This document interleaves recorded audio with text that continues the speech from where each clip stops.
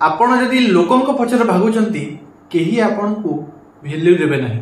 जदि आपण सफलता पछरे भागिबे ना सब लोक आपण को पछरे थिबे, आपण को पछरे भागिबे।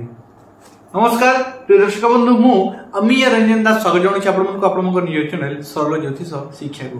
प्रिय दर्शक बंधु, मकर राशि जन्म जातक व्यक्ति मानक पई किछि खास वीडियो नै के आसी एवं खास वीडियो टी आपण माने जानि परिबे, कारण मु जनवरी मास रो ही कहूछि, जनवरी फेब्रुआरी मास रो ही कहूछि, मे मास रे किछि अद्भुत घटिबार अछि।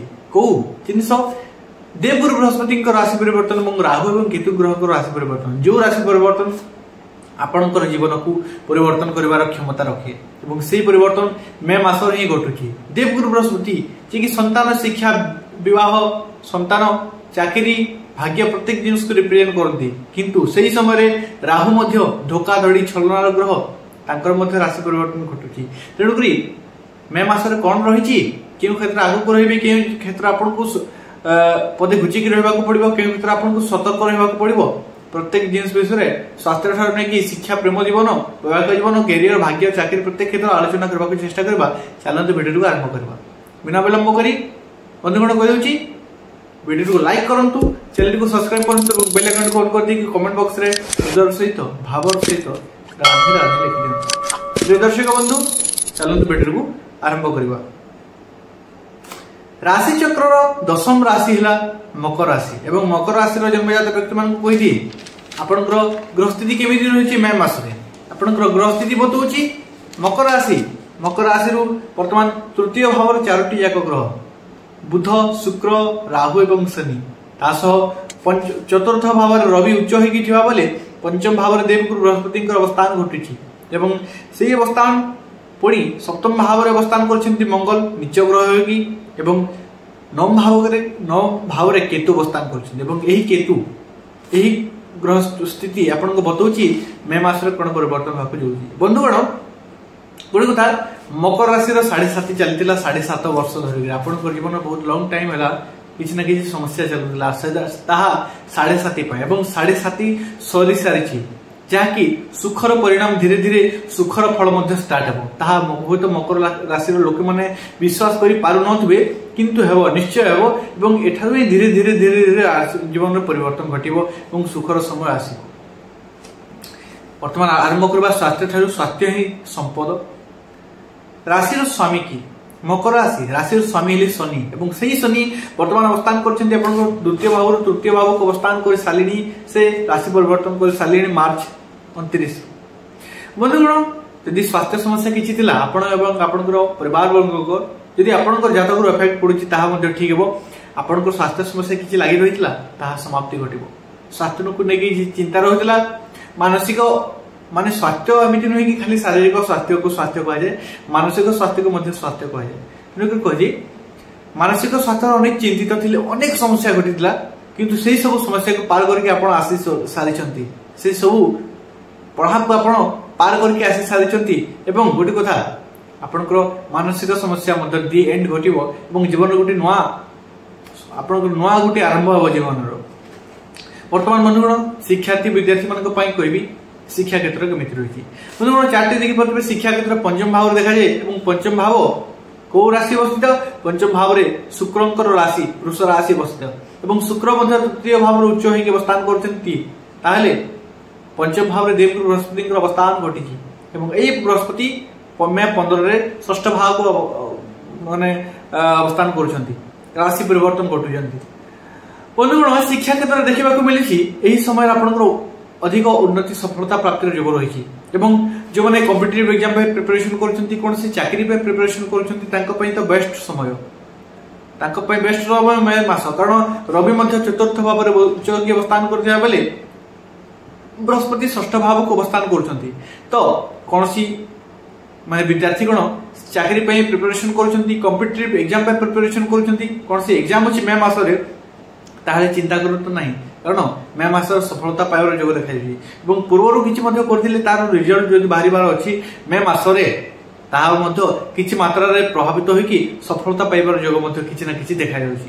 बंधुगण, वर्तमान देखा प्रेम जीवन, लव लाइफ ଏବଂ ପ୍ରେମ ଜୀବନ ଦେଖାଯାଏ ପଞ୍ଚମ ଭାବରୁ ପଞ୍ଚମାଧିପତି ସେଇ ଶୁକ୍ର ଯିଏକି ତୃତୀୟ ଭାବରେ ଅବସ୍ଥାନ କରୁଛନ୍ତି, କିନ୍ତୁ ତାଙ୍କ ସହିତ କିଏ ଅବସ୍ଥାନ କରୁଛନ୍ତି?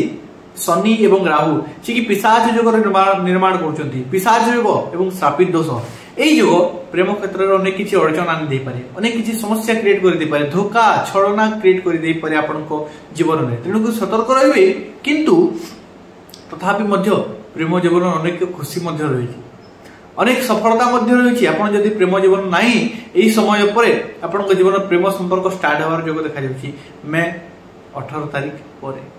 বন্ধুগণ, এই সময়ে নূয়া খুশির লহরি আপনার জীবনে ছাই দেব এবং এই সময়ের হি আপনার প্রেমিক জীবনে আপনার লভ লাইফ লভ পার্টনর জীবনে কিছু সফলতার যোগ মধ্যে দেখা যাচ্ছে। সে যদি স্ট্রগল করছেন, কিছু মেহনত করছেন, তাঁর যদি পরিশ্রম চালিছি ক্যারিয়ার কু নেই, সে সেথরে সফলতা পাইবার যোগ দেখা যাচ্ছে মধ্য এই সময়ে। বন্ধুগণ, বর্তমান দেখিবা ম্যারেজ লাইফ বৈবাহিক জীবন এবং বৈবাহিক জীবন দেখা যায় সপ্তম ভাব। সপ্তমাধিপতি চন্দ্র, যে কি গোটিয়ে মাসরে 12টি যাক রাশি পরিবর্তন করে দিয়ে থাকে এবং সেই চন্দ্র বহু স্পিড রাশি পরিবর্তন করতে। বর্তমান সপ্তম ভাবে মঙ্গল নিচ গ্রহিত হয়ে অবস্থান করছেন এবং এই মঙ্গল যে কি বৈবাহিক জীবন রিপ্রেজেন্ট করতে, সে কিছু না কিছু সমস্যা ক্রিয়েট করবে। কাহিঁকি না মানে সপ্তম ভাবে সে নিচ অবস্থান করছেন, নিচ রাশি অবস্থান করছেন। বন্ধুগণ, বর্তমান বৈবাহিক নেই বৈবাহিক জীবনকে নেই আপনার চিন্তিত রয়ে পারନ୍ତି। দাম্পত্য জীবনের কিছু না কিছু কলহ উৎপন্ন হয়ে পড়ে, দাম্পত্য জীবনের কিছু না কিছু সমস্যা ক্রিয়েট হয়ে পড়ে, হয়তো অন্য বাহারিয়া লোকଙ୍କ কথাকে নেই কিংবা নিজ ভিতরକୁ হইকি। গোটে কথা কইবি, বাণী উপরে নিয়ন্ত্রণ রাখন্তু, নিজের বাণী উপরে নিয়ন্ত্রণ রাখন্তু। এমিতি ন হো কি কাহা আগরে কেউ স্থাନରେ কেউ সময় আপনার কাহাকে কোণ কହୁଛନ୍ତି বেলে বেলে ভুলি যাই পারନ୍ତି। তেণুকরি গোটে কথা কইবি, বাণী উপরে নিয়ন্ত্রণ রাখন্তু এবং আপনার মানে লাইফ পার্টনর ভিতরে भी আপনার এই সময় এগ্রেসন দেখিপারে।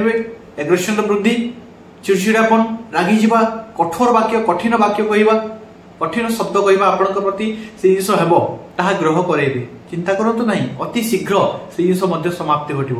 বৈবাহিক জীবন পরিবর্তন আসব, কিন্তু বর্তমান সময় আপনার দেখি চাহিকি চলবাক পড়ব, কারণ বৈবাহিক জীবনের কিছু সমস্যা উৎপন্ন হওয়ার যোগ দেখা যাচ্ছে। দুই জনক ভিতরে ডিস্টেন্স ক্রিয়েট হওয়ার বা দূরতা বৃদ্ধি পাইবার যোগ দেখা যাচ্ছে। তেণুকরি এই সময় টিকে ওয়েট করতু, এই সময় দেখি চাহিকি কটাইবার সময়। আপনার যদি সারা দুনিয়া কোণ কহ অনেক ভাবুচ্ছেন, তো নিজের লাইফ পার্টনর যে তো আপনার সবুলে অনেক তাকে কহা পূর্ব তো 10 থর ভাবি পারে, মানে 2 থর তো নিশ্চয় ভাবি পারে, কারণ সে আপনার লাইফ পার্টনর। বন্ধুগণ, বর্তমান দেখা ভাগ্য মোস্ট ইম্পর্টেন্ট, কারণ ভাগ্য যেতবে সাথ দিয়ে আপনার সমস্তে জাঁচান, ভাগ্য যদি নিজ তরফ লড়ু থাকে না, তো মানে ছোটিয়া কাম বি বড় সফলতা দিয়ে থাকে। এবং যদি ভাগ্য অপোজিট আড়ু লড়ুছি, নিজের বিপরীতরে অছি, তবে বড় বড় কাম মধ্য ছোটিয়া মানে ছোটিয়া আপনার মিস্টেক বি, ছোটিয়া ভুল বি বড় সমস্যা সৃষ্টি করে দিয়ে পারে। বন্ধুগণ, বর্তমান দেখা ভাগ্য, ভাগ্য দেখা যায় নবম ভাব এবং নবম ভাবে কেতু অবস্থান করছেন, যে কি বহুত লং টাইম হলানি আপনার ভাগ্য বিরক্তি করুছি, বহুত অশান্তি করুছি। আপনার যেতিকি পরিশ্রম করছেন সেতিকি সফলতা মিলু না, যেতিকি পরিশ্রম করছেন সেতিকি ফল মিলু না। কাম আপন করছেন কিন্তু ক্রেডিট কি অলগা নেই যাଉଛି। কিন্তু চিন্তা করতু না, কারণ মে 18 পরে সেই স্থিতি বদলিবাক যাଉଛି, পরিবর্তন হওয়া যাচ্ছে। মে 18 পরে কেতু গ্রহ নবম স্থানକୁ ছাড়ি অষ্টম স্থানକୁ বিরাজমান আগমন করবে এবং এই জিনিস পরে আপনার ভাগ্যরে উন্নতি ঘটব। আপনার ভাগ্য যে আপনার বার বার হতাশ করে চালুছি, কাম আপন করছেন কিন্তু ক্রেডিট কি অন্য জনে নেই যাଉଛି। কাম আপন করছেন কিন্তু ফল কি অলগা পাଉଛି। গছ আপন যোগাউছেন কিন্তু ফল কি অলগা খাଉଛି। সেই জিনিস ହେବ বর্তমান, কিন্তু মে 18 পরে সেই জিনিস ধীরে ধীরে বদলিবাক লাগিব। সডন কোনসি জিনিস বদলে না আজ্ঞা, ধীরে ধীরে বদলিব, কিন্তু বদলিব নিশ্চয় রূপে। বর্তমান দেখিবা ক্যারিয়র দেখা যায় দশম ভাবে এবং দশমাধিপতি আপনার শুক্র জি কি বর্তমান তৃতীয় ভাবে অবস্থান করছেন উচ্চ হয়েকি। ক্যারিয়র ক্ষেত্রে তো বহুত বঢ়িয়া আছে বর্তমান, কিন্তু গোটে কথা সেই জায়গায় পিশাচ নামক মধ্য দোষ নির্মাণ ঘটিছে। তেমন গোটে কথা কবি, ক্যারিয়র কু নেই আপনার যদি কিছু বড় ডিসিশন নেওয়ার অছি মে 18 তারিখ পরে নিয়ন্তু। ক্যারিয়র কু নেই বড় পরিবর্তন করবার অছি, তবে মে 18 তারিখ পরে করন্তু, কারণ এই সময় টিকে ধ্যান দিয়ে চলবাক পড়ব মে 18 পর্যন্ত নিশ্চিত রূপে। বর্তমান দেখা বিজনেস দেখা যায় সপ্তম ভাবে এবং সপ্তমাধিপতি চন্দ্র যে কি বহু স্পিড গতি করতে 12টি রাশি গোটিয়ে মাসে। सप्तम भाव में किंतु मंगल अवस्थान नीच ग्रहित होगी तेणुक व्यापार क्षेत्र में किसी डाउन किसी निम्न गति योग देखा आपंकर वाणी प्रभाव में क्यों जिन आपंकर वाणी प्रभाव में कस्टमर गुड़ाक घुची जबार योग देखा जो डील हेबार अच्छी से डील भांगी आपंकर वाणी प्रभाव में तेणुक ध्यान रखु निजर वाणी ध्यान रखु क्यों जगार क्या सामने क्यों परिस्थिति कौन कहते ताहा ध्यान रखिकी चलतु बहुत बेस्ट रहा किसी उपाय बताऊँ करंतु हनुमान चालीसा नित्य दिन पठन करंतु तासह